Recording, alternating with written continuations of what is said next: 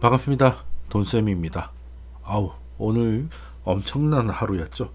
제가 지난주 금요일 날에 그냥 나름 긴급 편성을 해서 올려드리면서 또 편성을 할 일이 없으면 좋겠다 라고 말씀드렸는데, 금요일 날 그걸 올리고 나서 월요일 날 바로 또 찍어야 되는 이런 상황이 왔습니다. 오늘 뭐가 얼마나 떨어졌다 이런 것들은 이제 하루 종일 보셨을 거예요. 그죠? 일본 같은 경우는 이제 선진국 지수 맞나요? 이게 하루에 12.4%. 올해 내내 빠진 게 이런 게 아니라 그냥 하루입니다. 하루가 12.4%고요. 토픽스든 니케이든 차이가 없습니다. 거의 차이가 없고, 그리고 우리 시장도 마찬가지였지만 나스닥 같은 경우도 그 아시아 세션을 절대 도와주지는 않았죠.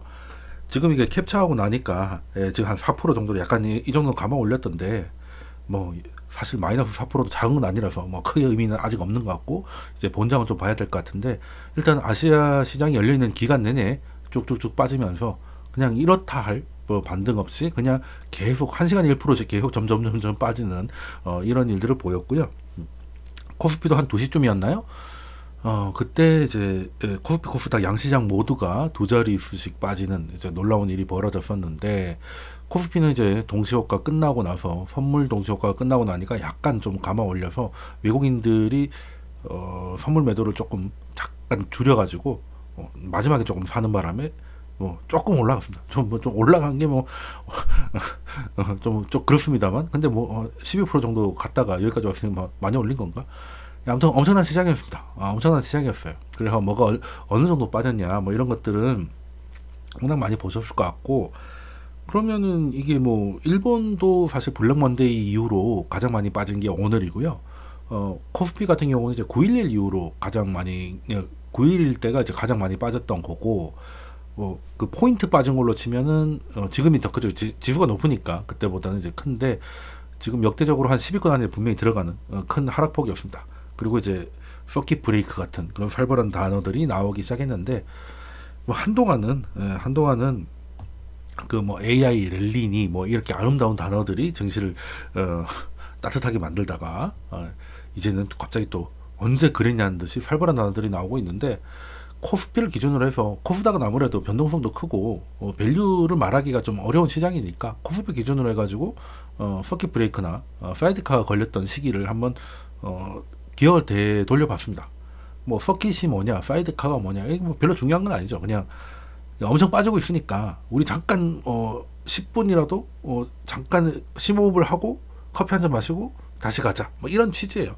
이게 블랙 먼데이 이후로 나온 거거든요. 블랙 먼데이 때 이제 파생 상품들이 좀 많아지기 시작하면서, 그때는 파생 상품이 이제 한 방향으로 잘못 터지면 어떻게 된다는 걸 이제 몰랐던 거고, 그게 이제 블랙 먼데이의 하락을 불러왔기 때문에 이제 어느 정도 빠지면 잠깐 종목도 VI가 있죠. 그런 것들 잠깐 쉬었다가 한 숨 좀 고르고 다시 합시다. 이런 것들이 이제 그때 생겼기 때문에, 예전에는 하락을 했어도 그런 건 없었어요. 그러니까 제도가 있었던 이후로 보면, 일단 코스피에서 가장 큰 기억에 남는 하락은 이제 IMF가 될 것이고요. IMF가 될 것이고, 그리고 2007년에 2007년 처음으로 2,000원 찍으면서 코스피가 굉장히 강했던 시기였는데, 그때도 지금하고 비슷하게 우려감, 그때는 이제 서브프라임에 대한 우려감이 나오면서 한번 급락을 하면서, 그때 서킷 브레이크가 걸렸는데 사이드카는 걸리지 않았고 서킷이 이제 코스피에서 걸렸었고요.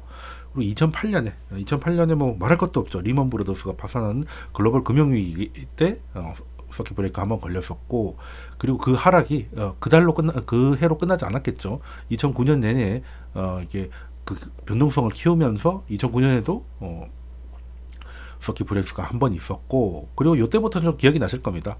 2011년에 미국이 신용등급이 강등된다, 미국이 망한다, 디폴트 우려감이 커지면서 그때 한번 크게 흔들렸었는데, 그때도 아마 코스피가 한 달에 한 거의 30% 가까이 빠진 적이 있죠. 그때 서킷 브레이크가 한 번 있었고, 그리고 이제 다들 아실만한 이제 코로나, 4년 전 코로나가 있었고, 그러고 보니 코로나가 벌써 4년 전이네.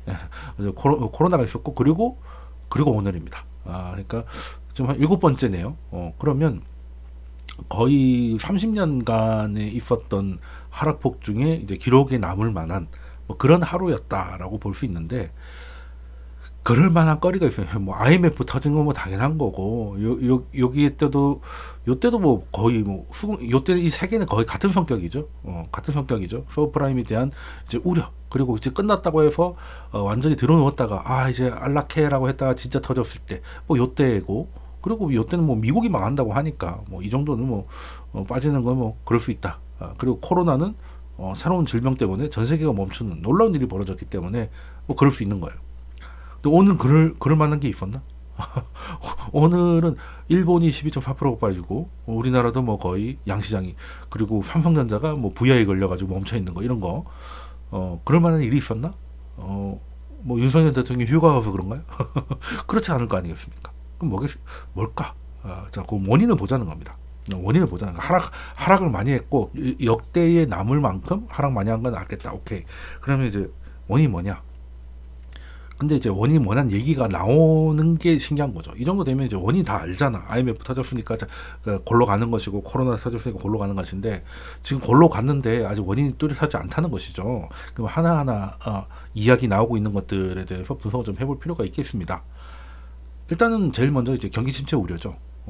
근데 경기 침체 우려가 벌써 한 2년 정도 된 것 같은데, 이게 또 새삼스럽게 이렇게 된 것도 지난 제가 금요일 날 방송에서 이제는 이제 경기가 이렇게 가다가 이제 내려가기 시작하는 것 같은데, 연준의 금리는 이렇게 내려올까봐 요만큼은 이제 긴축으로 다가오니까 경제를 더 끌어내릴 것이다라는 이제 우려감이 생겼다는 거.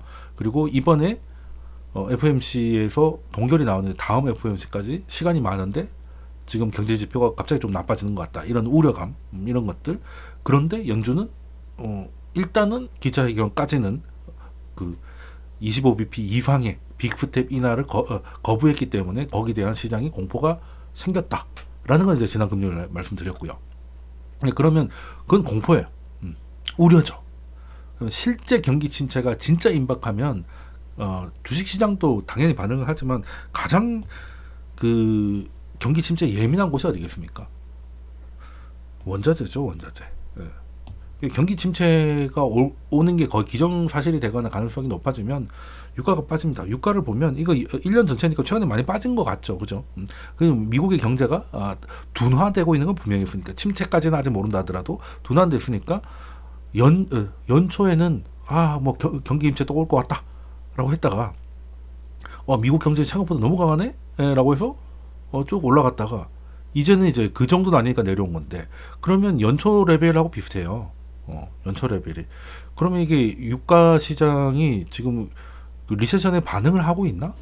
저는 아니라고 보거든요.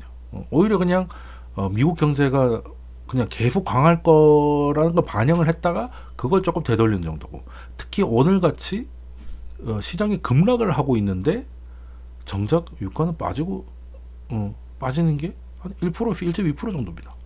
경기 침체 때문에 빠진다면 얘가 니케이처럼 빠져야 되거든요. 그렇지 않겠습니까?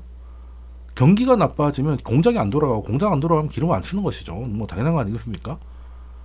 그런데 뭐 다른 뭐 구리라든가 이런 것들은 뭐 빠진다 하더라도 뭐 증시 빠지는 거에 비하면 그냥 늘 있을 수 있는 그 정도 수준입니다. 그러니까 경기 침체 우려는 좀 과도하다. 우려하는 거는 알겠는데, 원자재 시장은 아직은 진지하지 않다. 근데 한번 들여다 봐야 되나 뭐 요 정도 하고 있는 정도 같고, 그럼 이건 좀 과하다고 볼 수 있는 것이죠. 시장이 좀 과잉 반응을 보이고 있다라고 봐야 될 것이고, 그리고 얘기 나오고 있는 게 엔캐리 트레이딩이죠.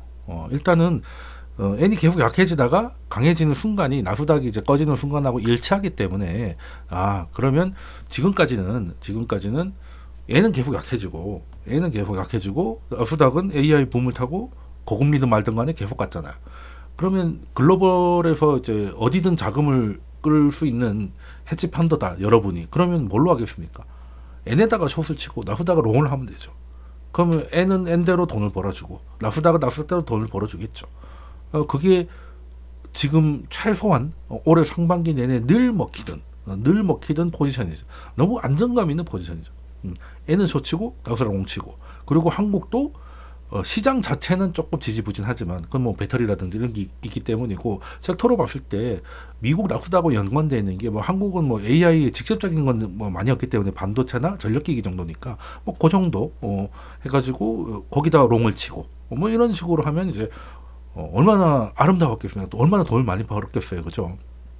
근데 문제는 이게 이 좋은 것도 하루 이틀이지 계속되면 이게 한쪽 방향이든 위로든 아래로든 한쪽 방향으로 계속 가면 반대 방향으로 튀어나올 수 있는 그 반작용의 힘이 점점점 응축되는 것이고, 그리고 어느 순간 임계점을 넘으면 확 뒤집어지는 거잖아요. 그래서 좀 세상사가 돌고 도는 것도 그런 거지 않습니까? 그러면 언제 돌 것인가는 건 이제 서로, 그러니까 이 헤지 펀드들도 N에다가 소수치고 나스닥이 롱을 친 사람도 이게 계속될 거라고 생각하지 않는단 말이죠. 언제 장사를 청산해야 될지는 뭐 자기들도 눈치를 봤겠죠. 뭐 일본이 금리 인상한다는 건 뭐 다 알려져 있었고, 요 근처가 될 것 같기는 한데, 또 그렇다고 해서 그날 뭐 크게 반응한 것도 아니었잖아요. 근데 이제 이거는 사실 눈치 게임이거든. 눈치 게임이거든. 그러니까 누가 던지면 던지는 걸 보고 따라 던지고, 그게 또 던지면 또 따라 던지기 때문에 지금의 하락의 원인이 하락이에요. 따지고 보면. 왜냐하면 하락하면 N을 소수 쳤던 세력들이 지금 손실이 커지잖아요. 손실이 커지잖아요. 그러면 이제 다른 그 N으로 빌려서 다른 거 산 것들을 빨리 매도를 쳐가지고 이걸 메우든지, 아니면 여기서 날려 먹었으면 저걸 좀 빨리 그 수익 난 거를 빨리 익절해가지고 또 채워놔야 되겠죠.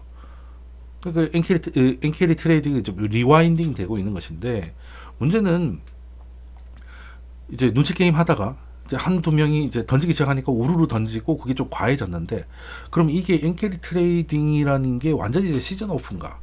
꼭 그럴 것 같지는 않습니다. 물론 이것 때문에 지금 최근에는 N을 땡겨서 뭐 나스닥이 됐던 다른 뭐 하다못해 코인이 됐던 이런 것들을 샀던 것들에 대한 되돌림이 나오는 것까지는 맞는데, 그럼 엔캐리 트레이딩이 없어질까? 그렇진 않을 겁니다. 여러분, 일단 일본이 미국보다 금리가 높아질 리가 있겠습니까? 미국 5.5예요. 반띵해도 2.5입니다. 일본 이제 시작한 거예요. 이제 영입을 시작한 건데, 그러니까, 그리고 여러분들이 진짜 큰 자금을 엔캐리 트레이딩을 해서 운영할 수 있는 분이라면은, 물론 N에 쇼치고 나스닥 롱 하겠지만, 뭐 자금의 대형 자금들의 장기 자금들은 주로 어디를 샀겠습니까? 가장 안전한 데를 하겠죠. 미국 채권. N은 뭐 거의 마이너스권이었고, 그리고 채권도 뭐 금리 올리기 전에도 금리가 뭐 일본보다 높았으니까 미국 국채를 많이 샀겠죠. N에다가 쉽게 말해서 뭐 어렵게 주식을 해. 그냥 대출 1%짜리 대출이 있으면 그거 받아가지고 3% CMA에 넣어놓으면 2%는 무이용 수익이잖아요. 그럼 엔캐리 트레이딩이 가장 많이 가 있는 것은 어디겠습니까? 미국 국채죠. 그죠? 그럼 엔캐리 트레이딩이 완전히 끝난다라고 한다면 어디가 작살이 나야 되겠습니까? 물론 주식시장도 흔들리겠지만 미국 국채도 토매가 나와야 되거든요. 근데 미국 국채가 토매가 아니고 완전히 지금 뭐 미국 국채는 더 비싸지고 있는데 금리가 이렇게 빠지고 있으니까요. 물론 연준이 금리를 더 내릴 것 같고 하니까 따라 내려가는 거겠지만, 진짜 엔캐리 트레이딩 앞뒤 안 보고 마구잡이로 집어 던진다면은 일본이 갖고 있는 자금도 많기 때문에 얘도 들려 올라가야 되거든요. 그런 적이 있잖아요. 코로나 때 미국 국채 안전자산이라고 불리는 미국 국채도 결국에는 다 집어 던졌잖아요. 궁극의 공포에서는 달러 외에는 다 집어 던졌단 말이에요. 달러로 바꿀 수 있다면 뭐든지 집어 던졌단 말이에요. 그게 토매거든. 근데 엔캐리 트레이드가 투매를 보이면서 리와인딩이 되고 있다라고 하기에는 뭐 국채에서는 별 반응이 없잖아. 그러니까 최근에 있었던 최근 엔화 약세에 베팅 그 약세 베팅을 하고 나스닥 롱에다가 베팅했던 자금들이 돌아오는 것이지 엔캐리 트레이드 자체가 없어질 건 아니다. 뭐 사실 그렇죠. 일본이 뭐 금리 올려봐야 지금 뭐 0.25에서 어디까지 가겠습니까? 근데 미국이 지금 내려가지고 1%대까지 내려가려면 얼마나 내려가야 되겠어요, 그죠? 그런 상황이 된 겁니다. 그리고 이거랑 성격이 똑같죠. 경기 침체가 실제적인 위험이고 임박했다라고 하면 원자재 시장이 작살나고 증시에서 제일 작살나는 건 일본이 아니라 한국이어야 되죠, 그죠? 근데 원화의 흐름을 보면 그래도 연초 대비인데, 물론 달러가 강해지고 하니까 절대 레벨이 높아진 건 맞아요. 그런데 지금 증시시장 박살나는 거에 비해서 원화는 별로 흔들리지 않습니다. 오늘도 1%가 떨어졌어요. 원화 가치는. 지금 외국인들이 막 1조로 집어던질 때도 얘는 별로 움직이지 않았습니다. 이 말은 뭐겠습니까? 주식을 팔긴 하는데, 뭐 주식 선물을 팔든 뭘 팔긴 하는데, 현 선물 팔긴 하는데, 국외로 나가지 않고 있다는 것이죠. 국외로 나가면 환율이 반응을 하니까. 이거는 어떻게 봐야 되냐? 이건 어떻게 봐야 되냐? 이것도 우리나라의 특징이 또 있지 않습니까? 일본이야, 뭐 엔캐리 트레이드의 본진이니까, 이게 리와인딩 나오면서 그 일본에서는 뭐 멀리 갈 것도 없이 그 저렴하게 대출 받아서 자국 주식을 많이 샀겠죠. 그게 리와인딩 나오니까 뭐 일본이 그렇게 빠지는 건 그렇다 치고 우리는 왜 이거는 사실 우리나라의 수급 시장 수급 상황도 있는 것이죠. 일단 우리 오늘 삼성전자가 뭐 VI 맞아가지고 이렇게 멈춰 있는 거 거의 처음 보는 것 같은데, 뭐 옛날에 빠졌을 때는 뭐 VI가 없을 시절이었겠지만, 그게 뭐겠습니까? 지금 외국인이 이제 매도하는 거에 비해서 지수 낙폭이 크거든요.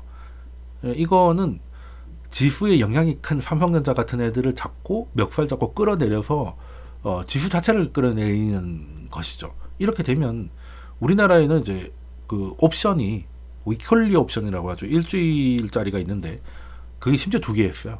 그러니까 월요일 만기가 있고 목요일 만기가 있는데 오늘 위클리 목요일 거 만기잖아요. 그러면 옵션 중에서 코스피 지수가 하락하면 하락할수록, 그러니까 가능성이 낮은 외가격으로 움직일수록 수익률이 높은데, 이왕지 이렇게 된 거, 시장이 이렇게 망가진 거, 자기가 자기 주식을 팔아가지고 지수를 끌어내리면 파생으로 버는 세력들이 분명히 있을 거 아니겠습니까? 그죠?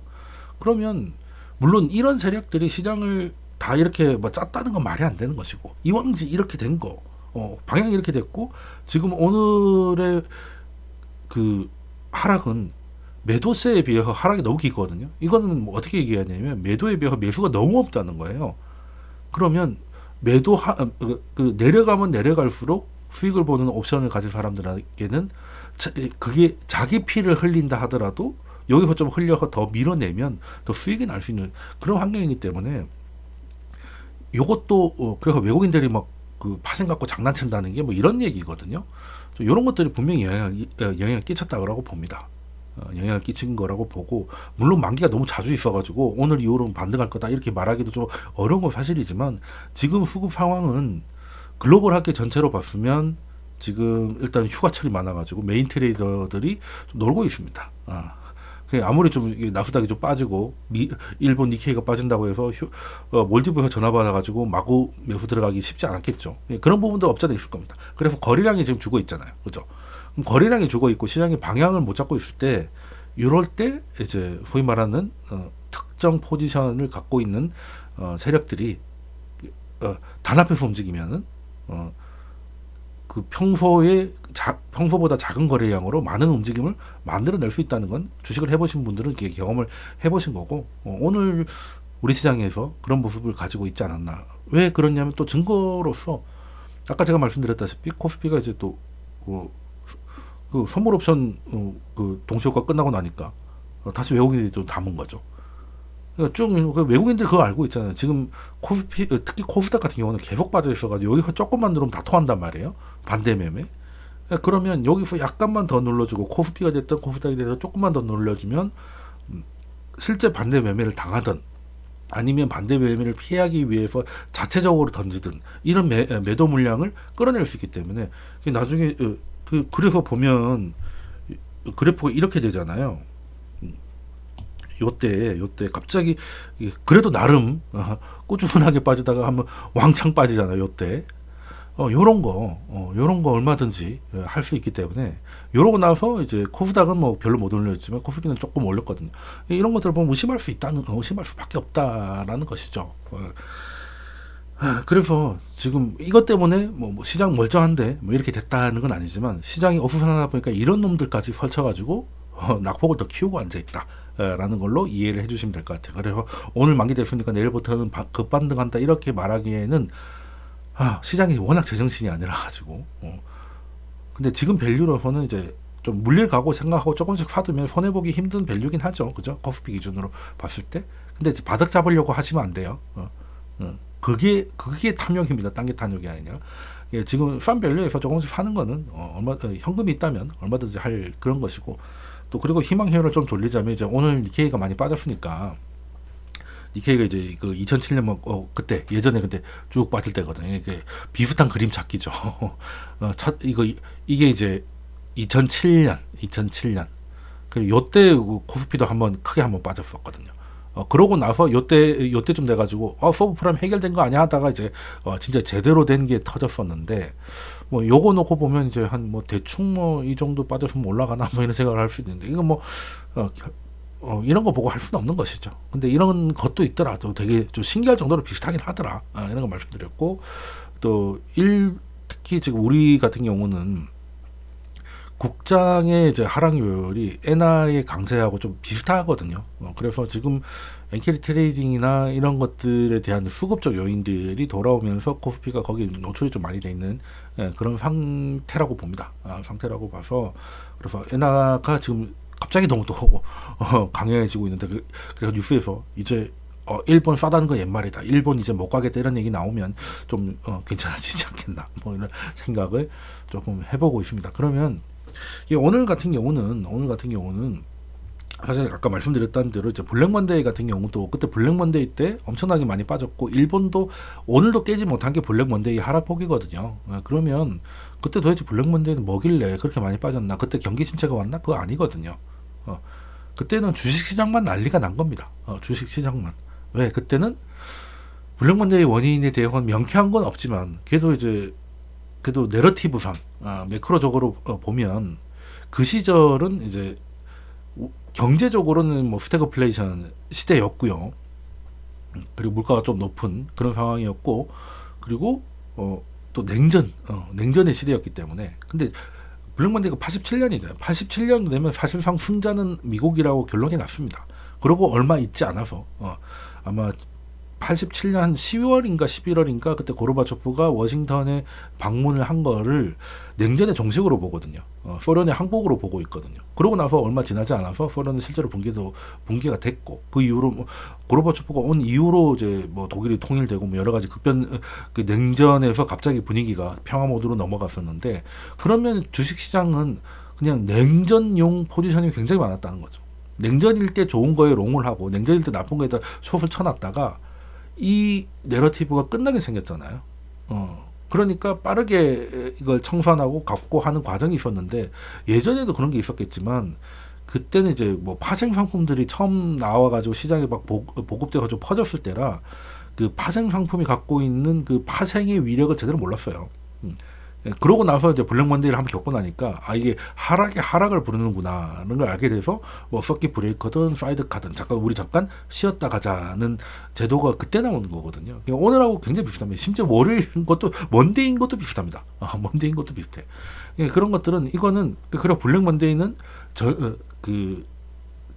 뭐 특정할 수 없는 딱 하나의 사건이 탁 터져가지고 속보가 터가지고 쫙 이렇게 된 게 아니라, 그 시대의 흐름이 변하는데, 그거를 주식시장 내에서 반영을 하는 과정에서 메커니즘상 문제가 돼서 과도한 변동성을 냈던 게 블랙 먼데이인데, 오늘도 사실 그렇지 않았나 하는 생각을 합니다.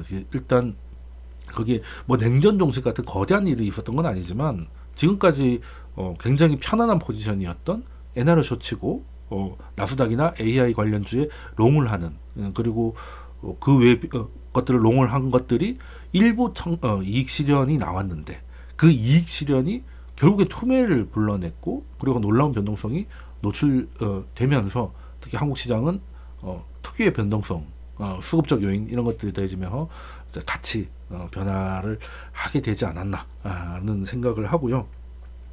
그래서 지금까지는 뭐 우리가 모르는 뭔가가 있지 않을까 하는 생각도 많이 하실 겁니다.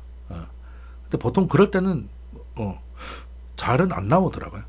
그러니까 보통 문제가 됐을 때는 서브프레임 때도 마찬가지죠. 문제가 있을 때 한번 빠졌다가, 문제가 있다 우려감으로 한번 빠졌다가 다시 되돌아왔을 때 우리가 모르는 뭔가가 있다는 얘기가 전혀 없어지고, 모든 게 해결됐다 나왔을 때 그때 무너졌거든요. 근데 지금 주식 톡방 이런 데 보면 우리가 모르는 뭔가가 있다. 뭐 이런 것들 얘기하는 거 보니까 아직은 없는 것 같습니다. 아직은 없는 것 같고, 근데 문제는 이런 일들이 가끔 있습니다. 가끔 있고, 오늘은 좀 이례적이라 가지고 IMF 이후로는 7번밖에 없는 그런 좀 특이했지만, 그래도 이런 흐름은 오늘은 사실 조정이 아닙니다. 최근은 조정이 아니고 이건 사고죠. 사고. 주식시장의 메커니즘이 과도한 변동성을 자극해버린 사고라고 봐야 되거든요. 근데 이제 조정이 있을 수도 있고 사고가 있을 수도 있어요. 그런데 7월 이전까지는 굉장히 시장이 좋았고, 그게 뭐 나스닥 같은 경우는 비관론자, 특히 이제 비관론자가 JP 모건에서 그만뒀지 않습니까? 그게 어떻게 보면 사인이었을 수도 있는데, 그냥 비관론자들이 다 그냥 숙청당하고 뭐든지 막 오르던 시절, 뭐 국장도 2차전지 이런 거 빼면 관련주들은 또 굉장히 강했으니까. 그래서 주식하는 사람, 투자 좋아하는 사람들은 뭐 고래버리지가 아니면 다행인 거지. 현금을 갖고 있는 사람은 거의 없었을 겁니다. 근데 막상 터지니까 그렇지, 터지기 전에는 그 현금을 한 절반도 갖고 있는다는 게 굉장히 쉬운 일이 아니거든요. 그래서 매도 전략이 중요한 겁니다. 매도 전략. 그리고 초반에 고점은 못 맞추더라도 추세가 무너지고 시장이 투심이 잃어간다고 판단되면은 다 팔 수는 없어요. 왜냐하면 지금 와서 답을 알고 봐도 다 팔만한 시그널은 없었거든요. 지금 많이 빠진 거는 알겠는데 이걸 그때 몰랐을 때 뭔가 이 신호를 보면 답할 수 있었을까 봤을 때 그런 건 없어요. 그런 건 없습니다. 그런 걸 찾으려는 건 하나의 연금술 같은 거예요.